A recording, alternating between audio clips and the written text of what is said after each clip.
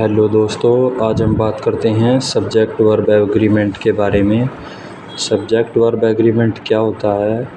In a sentence the verbs should agree with the subject, कि जो verb है वो सब्जेक्ट के अनुसार एग्री कर जाए, उसे ही सब्जेक्ट वर्ब एग्रीमेंट कहते हैं। In other words we can say that the verb is used according to person, first person, second, third and number, singular और प्लूरल।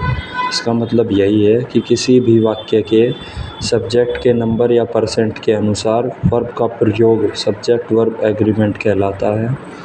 जैसे कि example, Ram is oblique are going, तो राम के अनुसार वर्ब आएगी आई, तो सब्जेक्ट क्या हुआ इसमें? राम।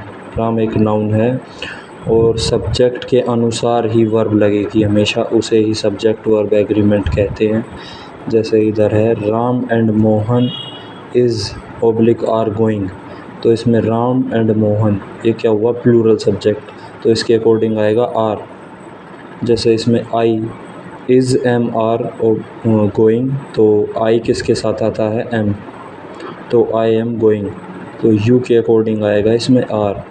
तो इससे ये पता चलता है कि जो वर्ब होगी वो सब्जेक्ट के अकॉर्डिंग आएगी किसी भी सेंटेंस में। तो जैसे ये Rohan is oblique are dancing, तो रोहन के साथ आएगा इज़, क्योंकि सिंगुलर सब्जेक्ट है इज़ और रोहन भी सिंगुलर नाउन है।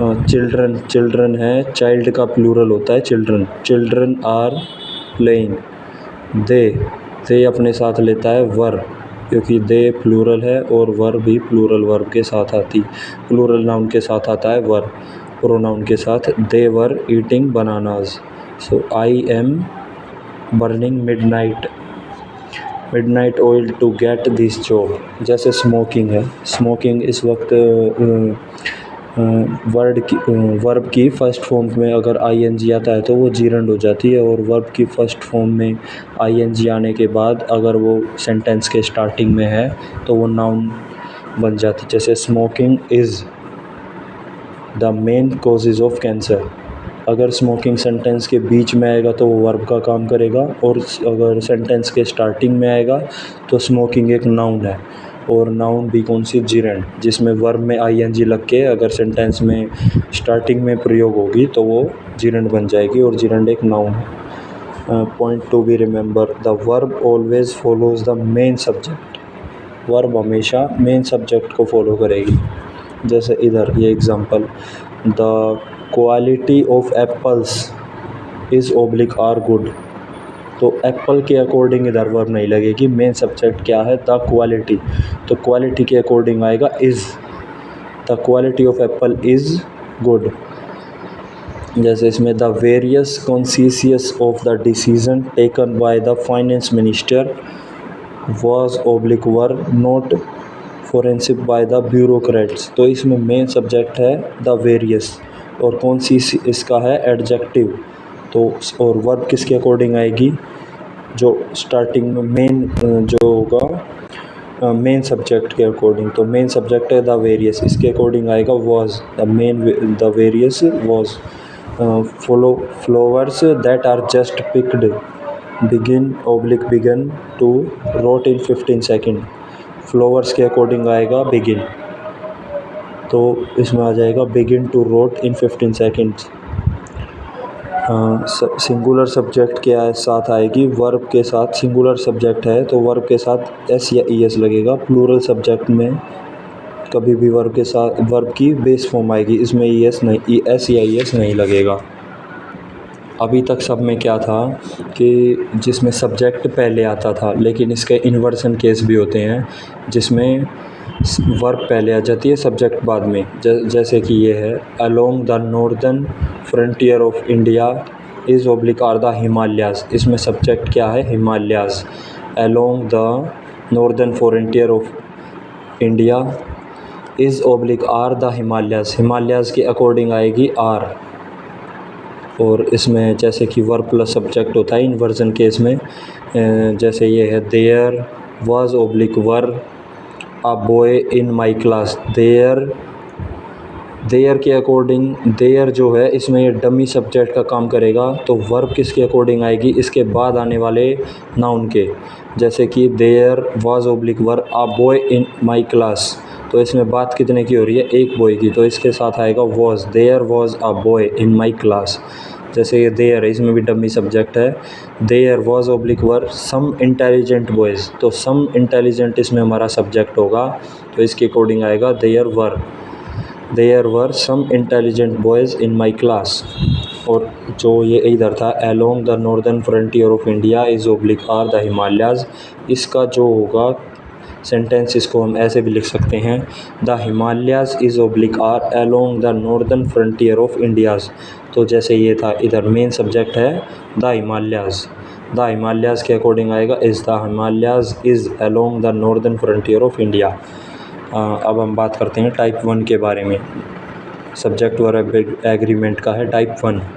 इसमें क्या है, if two subject are joined by and plural verb is used, यदि एंड के साथ दो सब्जेक्ट जुड़े हैं तो उसके बाद आने वाली वर्ब होगी प्लूरल। जैसे कि Ramesh and Mahesh has oblique have always been at loggerheads, तो रमेश एंड महेश इसमें सब्जेक्ट हो गया प्लूरल, तो इसके अकॉर्डिंग आएगा have. Ramesh and Mahesh have always been at loggerhead. जैसे कि ये है you and I is oblique am oblique are, तो you and I are going to meet a nephrologist. Nephrologist कौन होता है, एक डॉक्टर।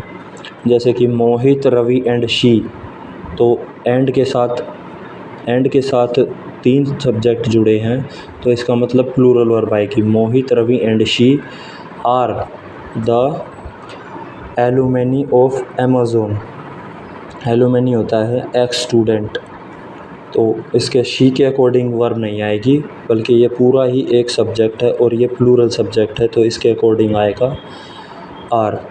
अब हम बात करते हैं टाइप 2 के बारे में। इफ़ टू और more than two subject are joined by and but only person और thing idea is discussed, regular verb is used, singular verb is used. If two और मोर सब्जेक्ट, ये सेकंड टाइप क्या है, यदि दो या दो से अधिक शब्दों का प्रयोग एंड कंजक्शन से जोड़कर किया जाता है लेकिन इसमें एक ही वस्तु का बोध होता है, तो इसके साथ सिंगुलर वर्ब का प्रयोग होगा। जैसे कि slow and steady will oblique wins the race. जैसे कि स्लो एंड स्टडी जुड़े तो एंड के साथ हैं लेकिन इनका मीनिंग एक ही है। स्लो एंड स्टडी का मीनिंग होता है निरंतरता, slow and steady win the race, निरंतरता से हम रेस जीत सकते हैं।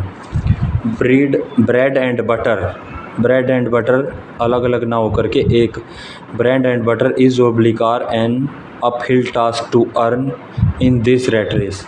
इसका इस सेंटेंस का अर्थ है, ब्रेड एंड बटर का अर्थ है रोजी रोटी दोनों मिलकर वैसे तो एंड से जुड़े लेकिन इसका मतलब है सिंगल, तो ब्रेड एंड बटर रोजी रोटी इसका मतलब है और इसके साथ आएगा इज़ क्योंकि ये सिंगुलर सब्जेक्ट है। ब्रेड एंड बटर, इसका पूरे सेंटेंस का अर्थ है, आज के दिन रोजी रोटी कठिन परिश्रम के बाद भी इस कंपटीशन के, रैट रेस का मतलब होता है गहन कंपटीशन, मतलब आज के दिन इतने गहन कंपटीशन के अंदर रोजी रोटी कमाना भी कठिन टास्क हो गया है। जैसे कि ये है लॉ एंड ऑर्डर एंड से जुड़े हैं लेकिन लॉ एंड ऑर्डर का मतलब होता है कानून। Law and order is to be maintain at any cost, कानून का पालन होना चाहिए किसी भी कारण, कुछ भी कर एट एनी कॉस्ट मतलब कुछ भी करना पड़े, कानून का उल्लंघन ना हो। तो इसमें एंड से जुड़े हुए थे लॉ एंड ऑर्डर लेकिन इनका मतलब दोनों का एक ही था। जैसे कि ये कास्ट एंड क्रीड का मतलब होता है जातिवाद। Caste and creed is a major problem in India. जैसे कि ये एंड से जुड़े हुए कुछ वर्ड्स होते हैं जो एंड से जुड़े होते हैं लेकिन इनका मीनिंग सिंगुलर होता है, सिंगुलर नाउन। जैसे कि bag and baggage, long and short, age and experience, crown and glory, truth and honest, hammer and sickle, honour and glory, fun and frolic, art and culture, part and parcel, science and technology, lime and soda, power and influence, trade and commerce, peace and harmony, drinking and driving, ebb and flow, culture and tradition, mind and soul, heart and soul. ये वो शब्द हैं जो and से जुड़े हैं लेकिन meaning इनका सिंगुलर है, तो इनके साथ वर्ब आएगी सिंगुलर, और एंड से जुड़े होने के बाद भी इनका मीनिंग सिंगुलर, ये नाउन सिंगुलर हैं इसलिए इनके साथ वर्ब भी आएगी सिंगुलर। अब बात करते हैं टाइप थर्ड की। टाइप थर्ड में ए और बी दो तरह से हैं, जैसे कि more than one plus singular noun plus singular verb, और दूसरा है more than 2, 3, 4 plural noun plus plural verb. जैसे इसमें मोर देन के बाद जो वन है, वन के अकॉर्डिंग सिंगुलर नाउन आएगी और उसके अकॉर्डिंग फिर सिंगुलर वर्ब आएगी। और इसमें मोर देन 2 है तो टू या 2 से ज़्यादा वो अपने आप में खुद एक प्लूरल होता है, तो प्लूरल नाउन के साथ इसके साथ आएगा प्लूरल नाउन, और प्लूरल नाउन के अकॉर्डिंग आएगी प्लूरल वर्ब। जैसे कि example, more than 1000 student, it means 1000 student से इसका है मेन सब्जेक्ट, तो इसके अकॉर्डिंग आएगा have. More than 1000 student have qualified for phase 2, 1000 से ज़्यादा स्टूडेंट क्वालिफाई हुए हैं सेकंड फेज़ के लिए। जैसे कि ये मोर देन 1 MLA वॉज आएगा क्योंकि 1 के अकॉर्डिंग। मोर देन 1 मतलब एक के जैसे बहुत सारे, इसमें जो मेन फोकस किया गया है वो एक पर किया गया है। More then 1 was engrossed in very big scam and nepotism। तो इसके बाद बात करते हैं टाइप 4 की बात करते हैं। टाइप 4 और टाइप 5 ये दोनों सिमिलर से हैं। जैसे कि टाइप 4 में है मैनी के बाद प्लूरल नाउन, उसके बाद प्लूरल वर्ब आएगी। और टाइप 5 में है मैनी के बाद ए और एन के बाद singular noun plus singular verb. तो इसमें सिंगुलर ए और एन के बाद सिंगुलर नाउन फिर सिंगुलर वर्ब आएगी, क्योंकि सिंगुलर नाउन है मतलब सब्जेक्ट सिंगुलर होगा तो इसलिए सिंगुलर वर्ब आएगी। जैसे कि many officers is oblique are found involve in clandestine activities. तो मैनी ऑफिसर्स सब्जेक्ट क्या हो गया, मैनी ऑफिसर्स, इसका मतलब प्लूरल सब्जेक्ट है तो इसके साथ आएगा are. Many officers are found involve in clandestine activities। और second example, many children dies for cancer though there is ample influence in India but the politician defecate everything। जो many children's हो गया इसका प्लूरल सब्जेक्ट के साथ हमेशा verb आती है बेस फॉर्म, एस या ईएस नहीं आती है। तो many children die for cancer through there is ample influence in India. Many बहुत सारे बच्चे कैंसर के कारण मरते हैं भारत एक समृद्ध देश होने के बावजूद, क्योंकि पॉलिटिशियन हैं जो वो हर चीज़ का गमन कर जाते हैं, मतलब करप्शन के कारण। मैनी आ बुक आ गया मतलब सब्जेक्ट है सिंगुलर, तो many a book has been published so far. इसमें मैनी आ गर्ल, इसमें भी सिंगुलर सब्जेक्ट तो is. Many a girl is oblique are, many a girl is garrulous in the class. अब बात करते हैं टाइप 6 के बारे में। टाइप 6 है कॉन्सेप्ट ऑफ मच के बारे में। मच का मतलब मच हमेशा सिंगुलर वर्ब लेगा, क्योंकि मच का मतलब है थोड़ा, और थोड़ा मतलब अनकाउंटेबल नाउन। मच है अनकाउंटेबल के लिए यूज़ होता है, जैसे कि मच प्लस अनकाउंटेबल नाउन, फिर उसके बाद अनकाउंटेबल नाउन होती है, उसके साथ हमेशा सिंगुलर वर्ब आती है, और उसके बाद में ऑब्जेक्ट एडजेक्टिव। और जैसे सेकंड केस है इसका much plus singular verb plus pronoun. तो इन दोनों के एग्जांपल देखते हैं। Much have oblique has oblique have happened since you left Dehradun. Much have much जब ये प्रोनाउन होगा तो लेगा सिंगुलर वर्ब। तो यहाँ पे ये क्या है, प्रोनाउन है इधर, तो मच के बाद आएगा much has happened since you left Dehradun. और सेकंड में see says that much milk के अकॉर्डिंग आएगा has, much milk has been used to make cheese. इसमें आएगा much was oblique word done for her but she took him for a ride at the end. Ride at the end का मतलब है अकेले छोड़ देना, धोखा देना। Means much was oblique word done for her, much was done for हर, उसने उसके लिए बहुत कुछ किया, लेकिन she took him for a ride, उसने उसे फॉर अ राइड अकेला छोड़ दिया, एट द एंड धोखा देकर। अब बात करते हैं टाइप 7 की। If there is used after a verb and also it qualifies there verb then it is used as adverb of place, but if there is used in beginning of a sentence it is called dummy subject, then the verb is used according to the noun or pronoun given after it।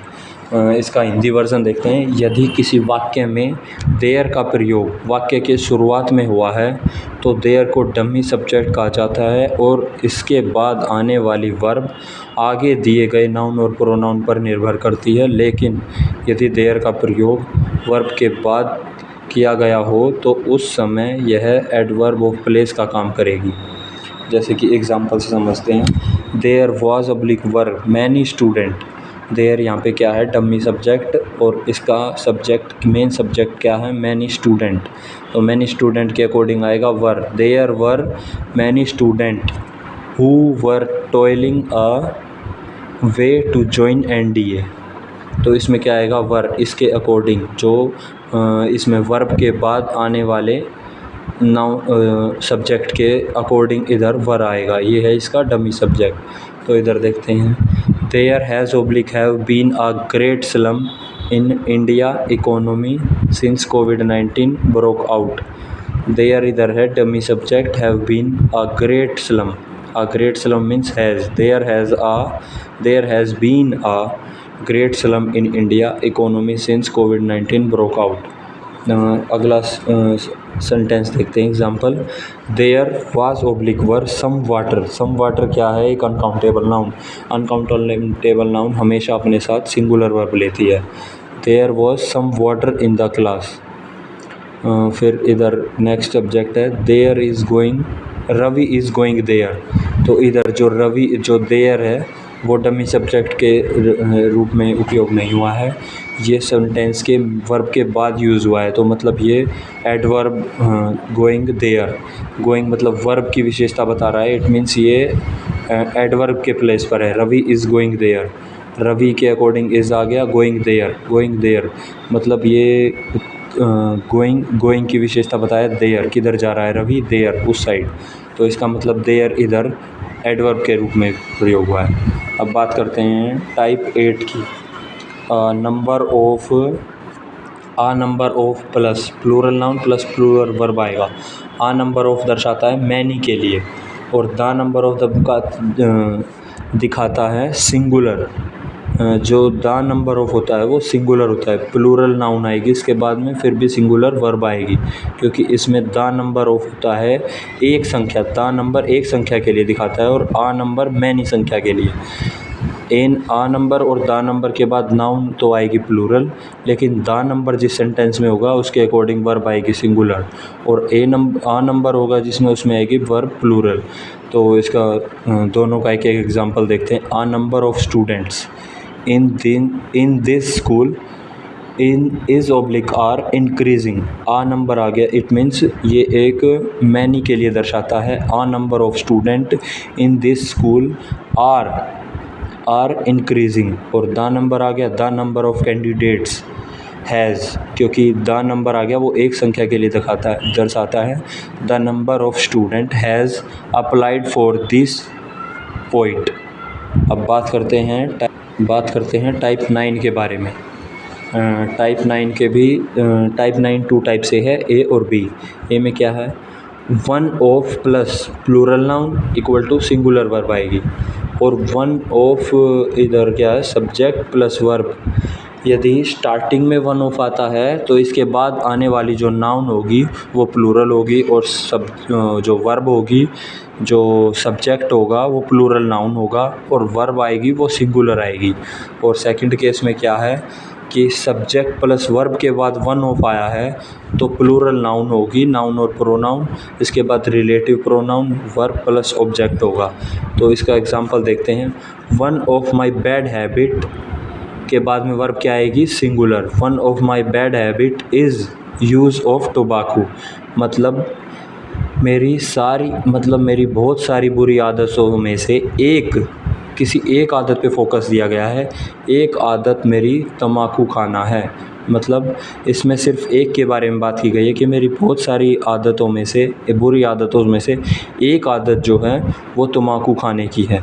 ऐसे इसके बारे में one of them has oblique have not complete is their work, मतलब उन सब में से एक ने अपना कार्य नहीं किया है, मतलब वन ऑफ देम में से किसी एक ने, वन ऑफ देम तो वर्ब क्या आएगी, singular. One of them has not complete is their work.